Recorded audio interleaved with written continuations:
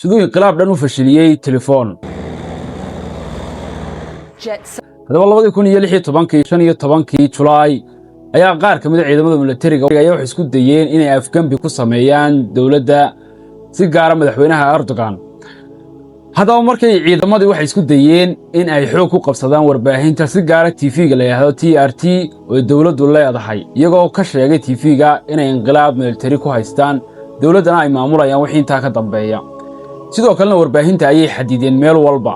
sidoo kale waxaan ku daranaa inta in ciidamada militariga meel walba wadooyinka waaweyn ee caasimada sida Ankara oo kale. hadaba madaxweynaha Turkiga xilliga nimankan ku haystaan afgambiga wadanka wuxuu joogay magaalada dalxiis oo Marmil la yiraahdo ayuu joogay.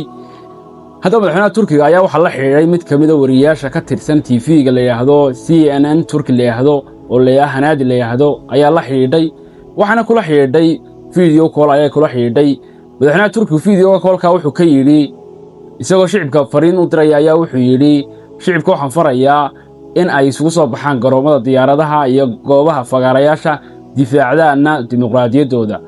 hadaba wixii markay fariinta gaadhay shicibkii malaayiin shicib ayaa isugu soo baxay wadooyinka iyagoo ugu caansanaay sawirkii ninkii isku dhigayay taangiga isku dhigayay halkii ayaanu ku fashilmay inqilaabkaas iyadoo sababay video call-ka ay gabadhaas kula hadashay wariyaha madaxweynaha waddanka Erdogan. sidaas ayaanay ku fashilmay inqilaabkaas oo waxa halka ka qaadan kareena awoodda ay leedahay tiknoolajiyadu ay leedahay. walaadee markii kugu horeysay tahay fikirka comment-ga noogu reeb follow iyo like-tana inaga iloobi.